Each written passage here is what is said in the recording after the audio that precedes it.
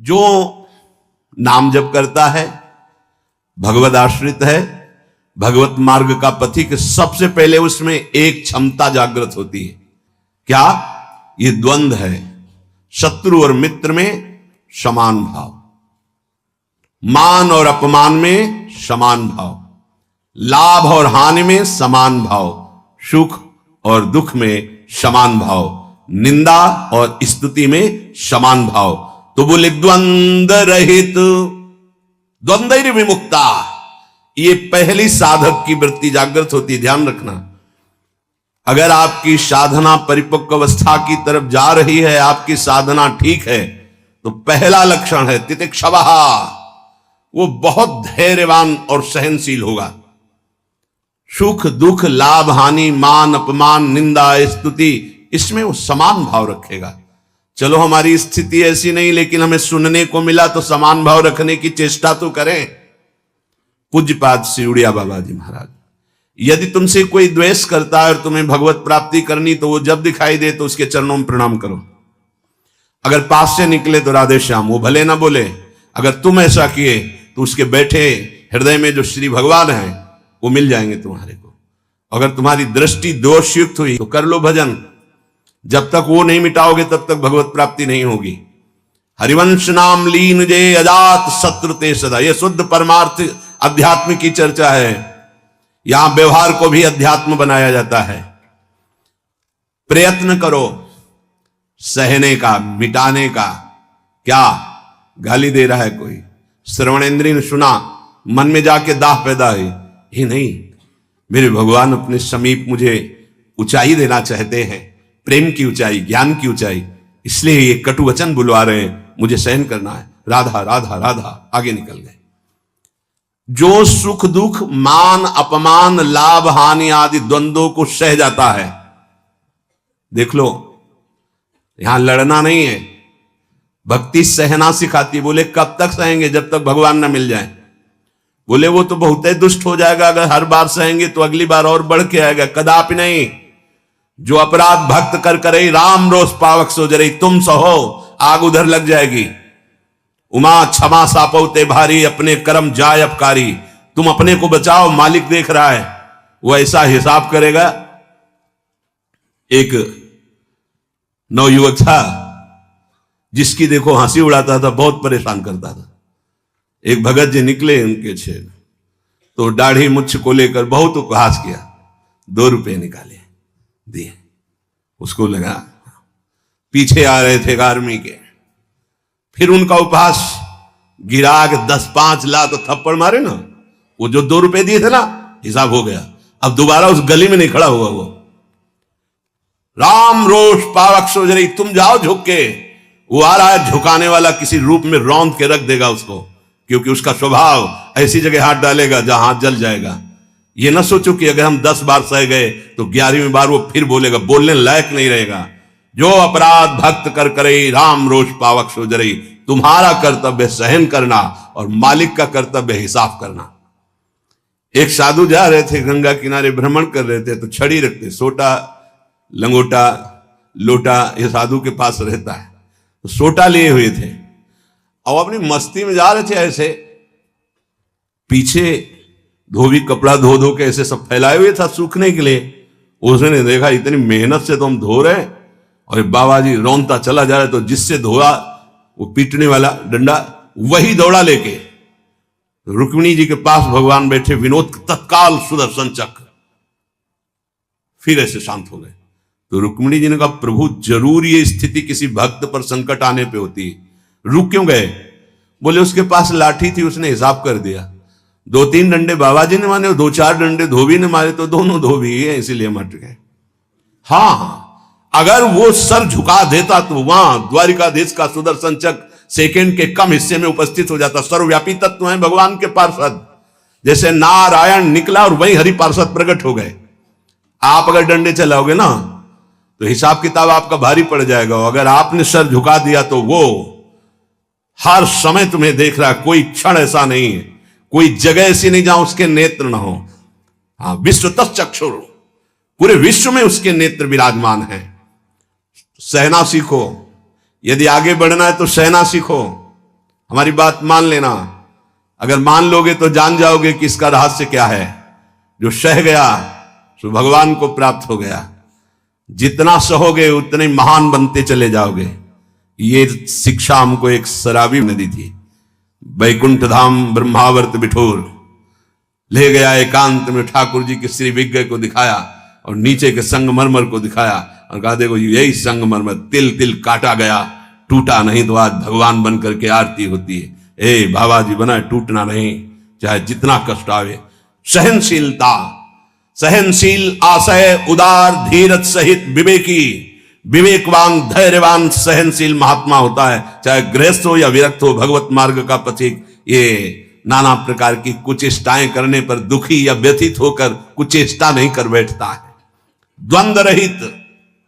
आगे गतमान, ये जो अभिमान और ममता सर्वनाश कर देती है, भगवत मार्ग का उपासक उस अभिमान का सर्वनाश कर देता है। नहीं, किसी भी बात का अभिमान नहीं।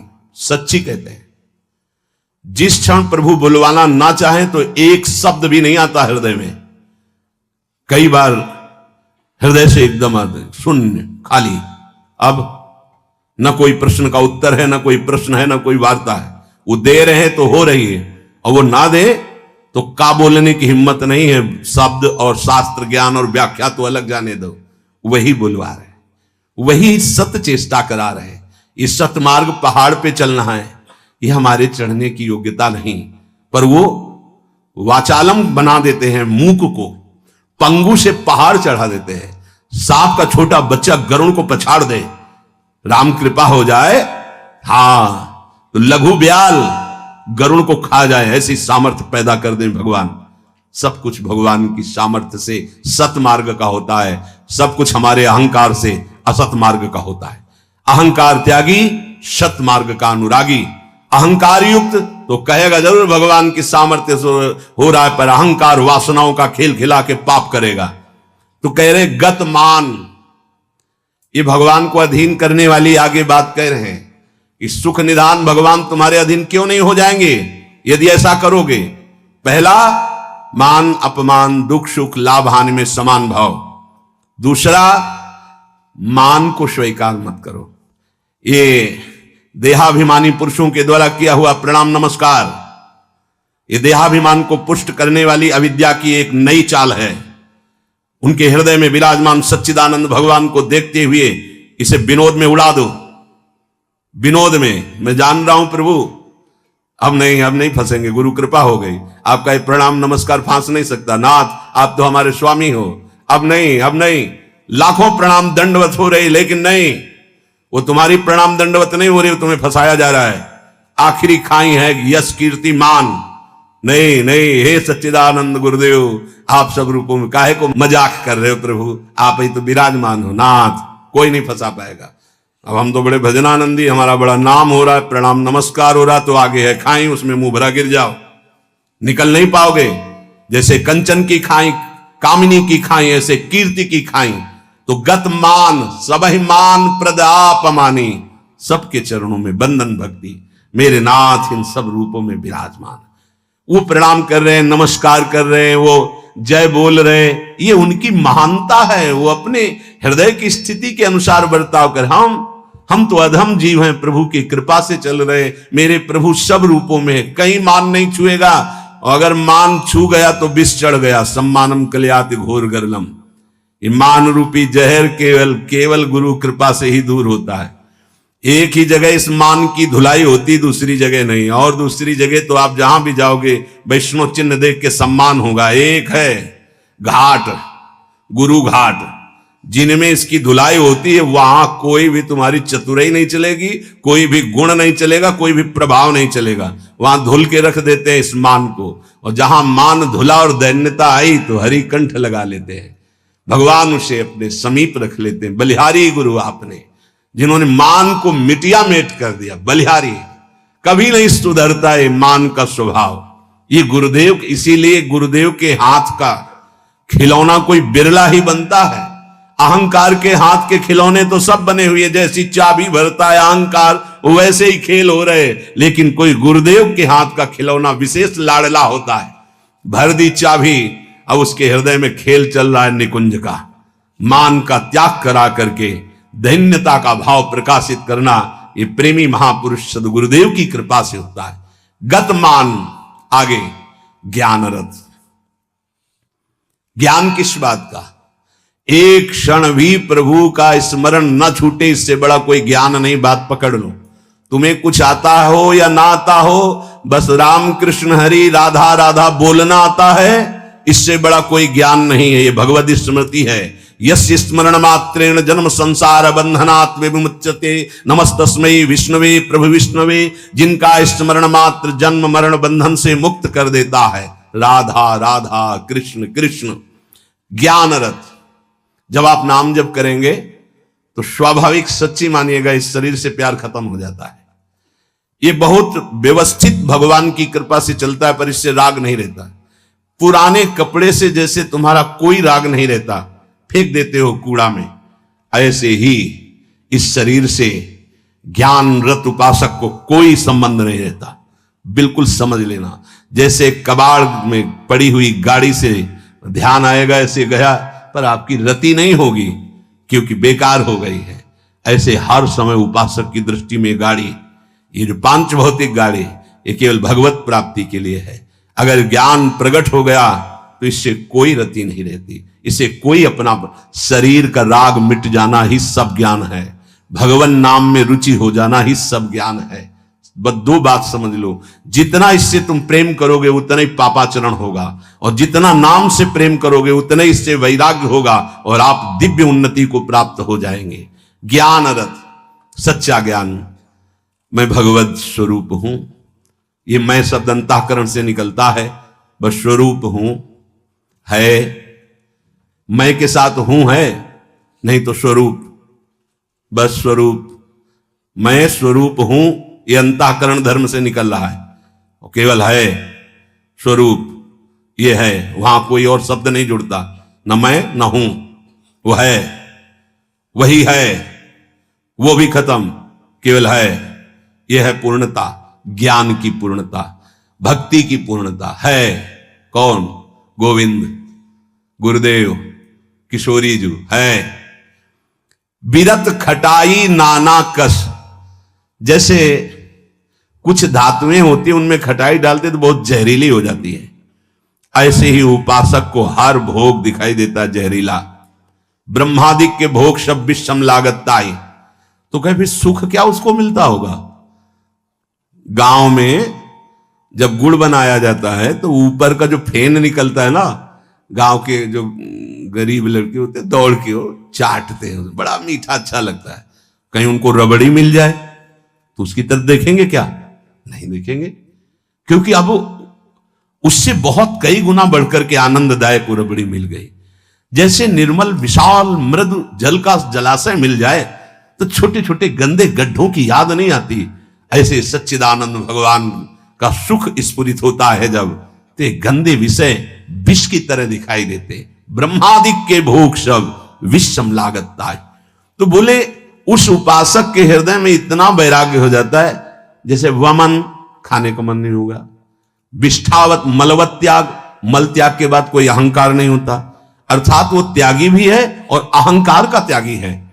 जैसे इसमें कहा बिरत खटाई नाना कस, जैसे काश आदि जो पात्र हैं इनमें खटाई पड़ जाए तो बहुत जहरीली हो जाती है।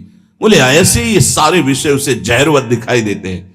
इसीलिए जो विषय प्रिय लग रहे हैं उनसे पिंड छुटाना हो तो भगवान को अर्पित करके भोग लगा के पाओ। गंदे विषय भगवान को भोग लगाए नहीं जाते।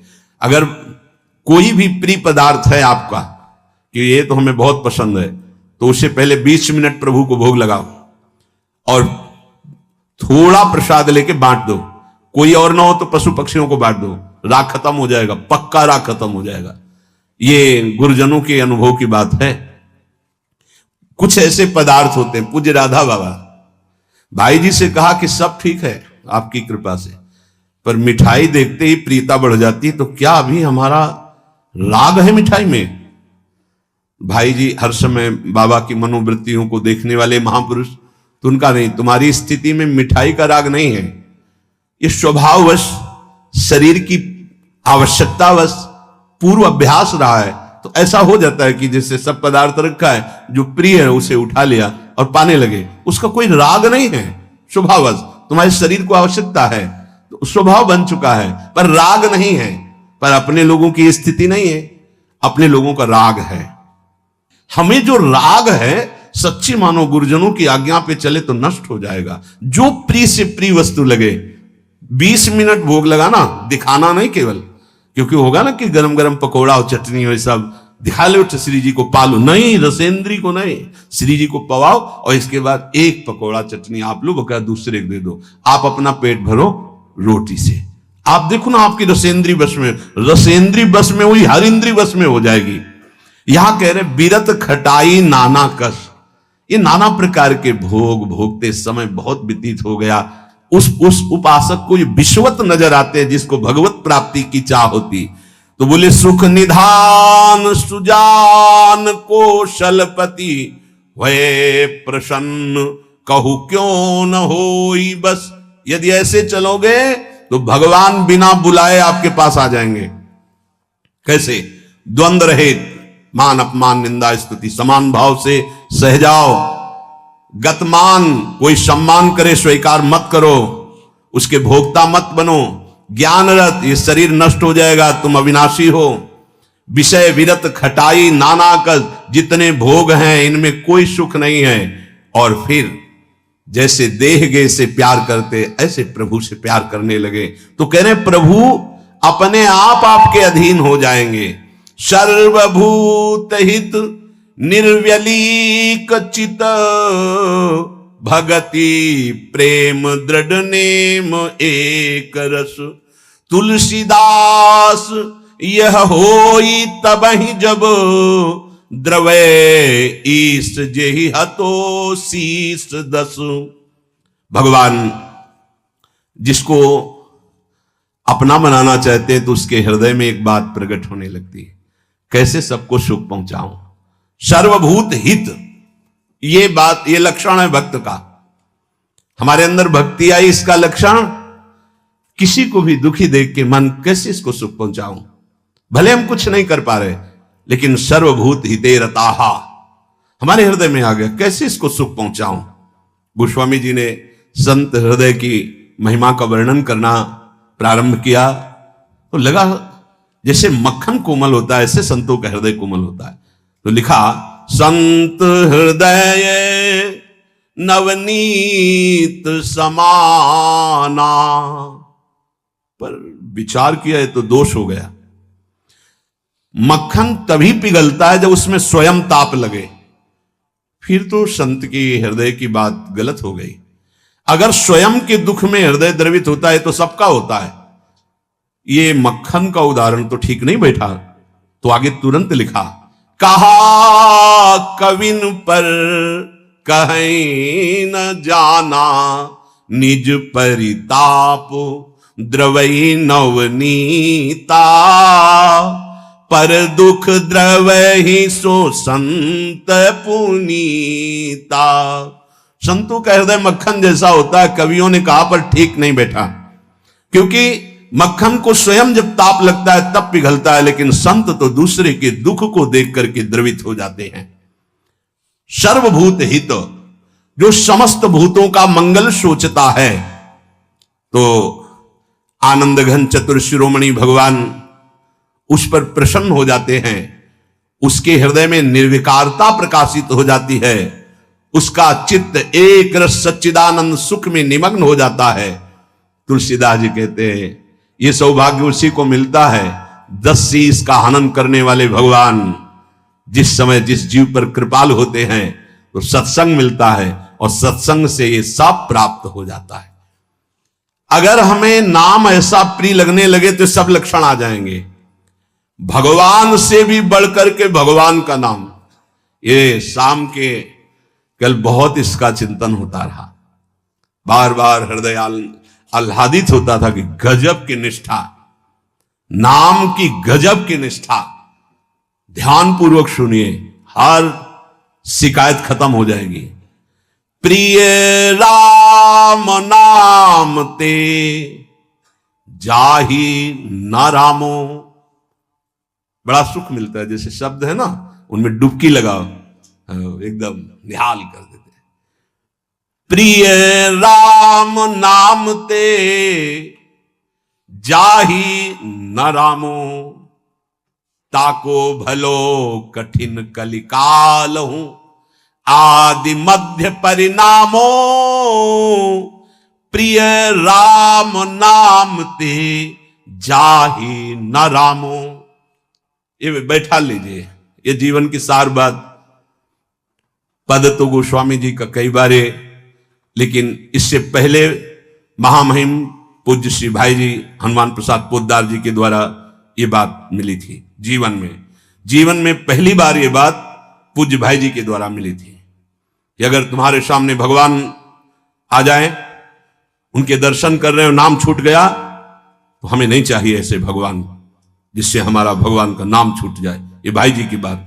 फिर पद मिला बहुत काल के बाद, ये कल पुनः इसका कृपा करके गोस्वामी जी ने दर्शन कराया और चिंतन कराया। बेपरवाह, अद्भुत मस्ती है इस बात में। जिसे भगवान नाम इतना प्यारा लग गया है कि यदि स्वयं भगवान कहें कि अब मैं तुम्हें मिल गया, मेरे लिए तो भजन कर रहे थे, अब आज से नाम जपना छोड़ दो, तो वो स्वीकार नहीं करेगा। उपासक कहेगा नाम नहीं छोड़ सकता, महाराज आप आओ या ना आओ, आप जाओ या रहो, आपकी मर्जी की बात। नाम से प्रिय बढ़कर आप नहीं हो हमें। ये बात बहुत बड़ी बात। जब भगवान की बात आ गई तो ये भोगों की बात क्या रह जाएगी भाई। ये पद प्रतिष्ठा रुपया पैसा, अभी नाम का स्वाद ही नहीं चखा। ये ताको भलो कठिन कलिकालो, आज मध्य परिणामो, आज कल परसों हर समय परमानंद बना रहेगा। एक कलयुग कुछ नहीं बिगाड़ सकता। यदि जिह्वा में ऐसा प्यार उदय हो गया कि मुझे नहीं चाहिए और कुछ, जो हमें नाम छोड़वा दे वो कुछ संसार की पद प्रतिष्ठा तो जाने दो, हमें भगवान से भी नहीं मिलना। यदि वो आ जाए और नाम छूट जाए तो मुझे उनका आना नहीं।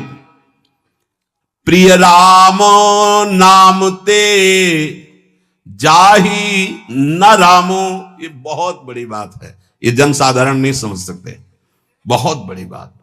कैसे छूटेगा फिर नाम, सोचो कैसे छूटेगा। आग लग जाएगी कि ओहो, जिस नाम के बराबर नामी से मिलन की भी बात नहीं कही गई, उस नाम को हम चंद विषयों में, तुच्छ विषयों में, तुच्छ व्यक्तियों के मायाजनित संभाषण में छोड़ देते हैं। हमारी कहां की निष्ठा। गोस्वामी जी कह रहे हैं प्रिय राम नाम ते जाहि न रामो, बार बार इसलिए करें, बैठा लो। सकुचत समुझी नाम महिमा, मद लोभ मोह को कामो, राम नाम जप निरत सुजन पर, करत छाह घोर घामो, प्रिय राम नाम ते जाही न रामो। बस यही लगता है, यही परम विश्राम है। इससे बड़ी कोई बात नहीं हो सकती। राम जी मिल जाए और वो कहें कि हमारा नाम छोड़ दो, अब हमें स्वीकार करो, हम तो मिल गए ना, तो वो उपासक भगवान से कह देगा आप चले जाइए। जिस नाम के बल से आप हमारे पास आए, उस नाम को मैं नहीं छोड़ सकता। आप कभी मत दर्शन देना, कभी मत आना, आप हमें हर दुख देना, पर मैं नाम नहीं छोड़ सकता। ये बात पकड़नी, ये बात पकड़नी। पकड़ लो, सब कुछ तुम्हारे अधीन हो जाएगा। मुझे आपसे मिलने की आवश्यकता नहीं है यदि नाम छूट जाए तो।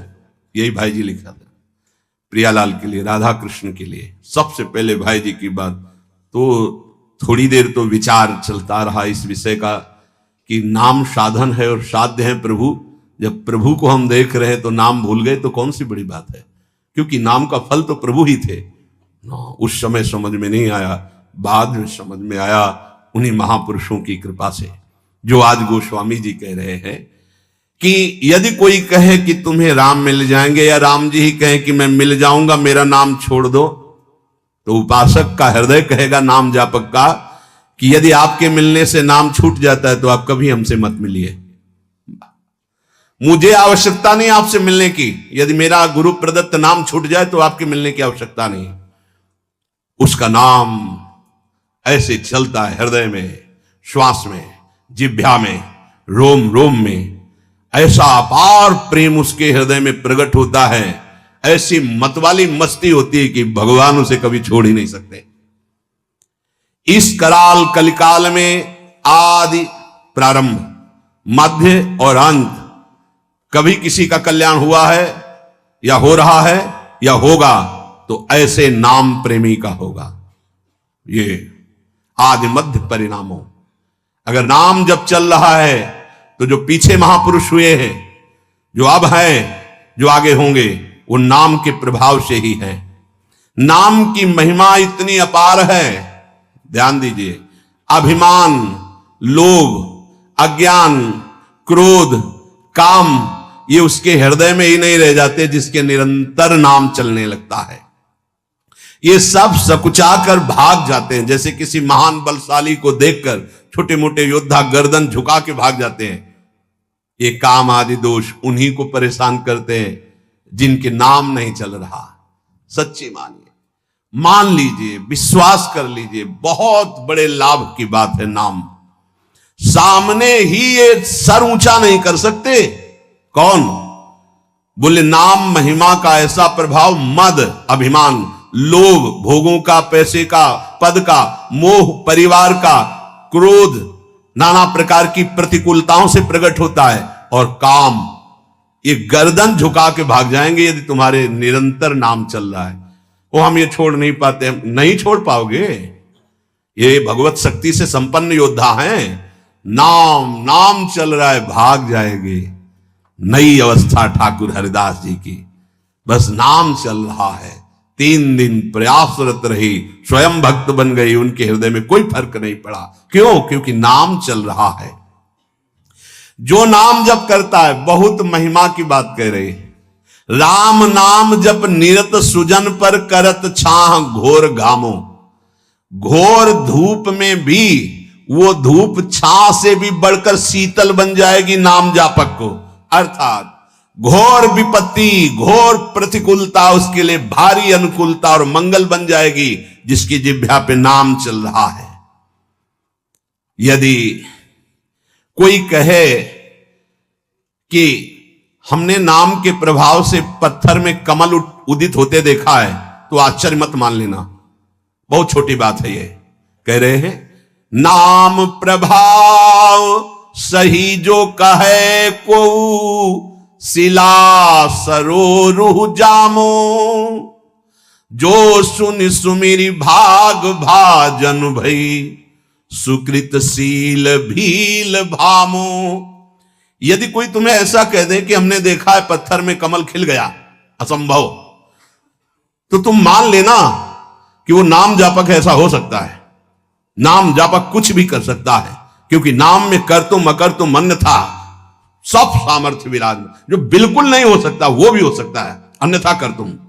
जैसे जहां सुई का धागा जाना छेद में बहुत कठिन होता है सुई के, वहां से अनंत ब्रह्मांड भगवान पार कर सकते हैं, और उन भगवान को अधीन करने वाला नाम है, सब ठीक हो जाएगा।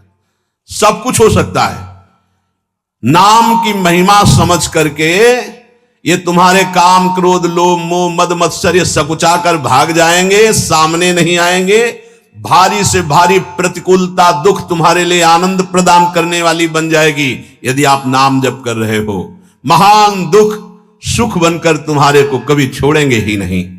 यदि कोई कहे कि नाम के प्रभाव से पत्थर में कमल उत्पन्न हो गया, तो उसे झूठा मत समझना, क्योंकि संभव को असंभव और असंभव को संभव करने की सामर्थ्य नाम में विराजमान है। जिस नाम का स्मरण करके भीलनी जगत बंधनी सबरी जी हो गई और भगवान उनके जूठे बेर खाए, तुम्हें विश्वास नहीं है? उस नाम पर परम भाग्यवती पुण्यमयी ब्रह्म ऋषियों से भी पूजनीय माता सबरी हो गई। और ऐसे जो सीधा राम राम नहीं बोल पा रहे थे, मरा रमा रमा, वो भगवान के अवतार के पहले भगवान की लीला लिखने की योग्यता प्राप्त कर ली। जो अपने भाव से भगवान नारायण नहीं पुकार रहा था, अपने पुत्र को पुकार रहा था, उसे परम पद प्राप्त हो गया। इसलिए उल्टा कुभाव से, किसी संबंध से, कैसे भी जिसने भगवान के नाम का उच्चारण किया उसका मंगल ही मंगल है।